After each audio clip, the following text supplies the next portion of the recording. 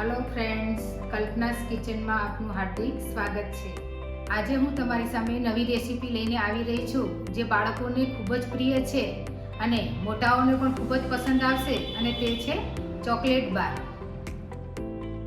चॉकलेटना health बेनिफिटनी हूँ बात करूँ तो चॉकलेट छे ते हार्टने हेल्धी राखे छे अने टेन्शनने दूर करे छे।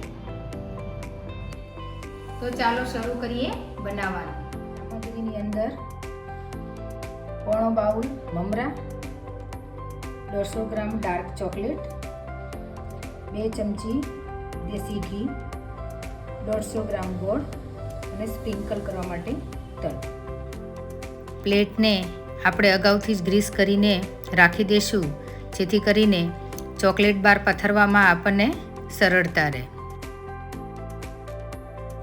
ગેસ ઉપર આપણે એક પેન ચડાવીશું અને તેની અંદર મમરા નાખી અને આપણે લાઇટ બ્રાઉન કલરના થાય ત્યાં સુધી આપણે એને શેકી લેશું અને એક ગેસ ઉપર પેન ચડાવીને થોડુંક પાણી એડ કરી અને ગોળ એડ કરી દેશું અને ધીમા તાપે આપણે તેને હલાવતા જઈશું। ગેસની ફ્લેમ આપણે લો જ રાખીશું અને ચાસણી આપણે જ્યારે મમરાના લાડુ બનાવીએ છીએ એટલી જ રાખશું, વધારે નહીં આપણે બનાવીએ। ચાસણી આકરી નહીં રાખીએ અને મમરાના લાડુ જેટલી જ રાખશું આપણે અને એની અંદર આપણે થોડું ઘી એડ કરશું જેથી કરીને જે ચોકલેટ બાર આપણે બનાવવાના છે તેની શાઇનિંગ એકદમ સરસ આવે।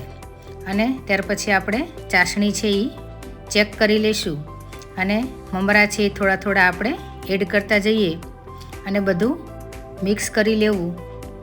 મમરા છે એ થોડા થોડા જ એડ કરવા જેથી કરીને આપણને ખ્યાલ આવે અને બધું વ્યવસ્થિત બધું મિક્સ કરી દેવું અને બધા જ મમરા છે એ એડ કરી દેવા અને બધું વ્યવસ્થિત હલાવી લેવું અને બધું વ્યવસ્થિત મિક્સ થઈ જાય ત્યાર પછી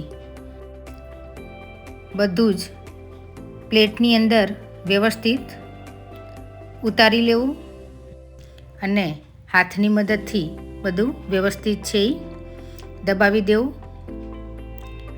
ત્યાર પછી જે આપણે ચોકલેટનું જે લિક્વિડ બનાવ્યું છે એ લિક્વિડ વ્યવસ્થિત આપણે તેની ઉપર પાથરી દઈશું અને બધું જ વ્યવસ્થિત સ્પ્રેડ કરી દઈશું। સ્પ્રેડ કરી દીધા પછી તેની ઉપર તલ છે એ સ્પ્રિંકલ કરી દઈશું જેથી કરીને એકદમ મસ્ત એનો સો આવે અને ખાવામાં પણ એકદમ ટેસ્ટી લાગે।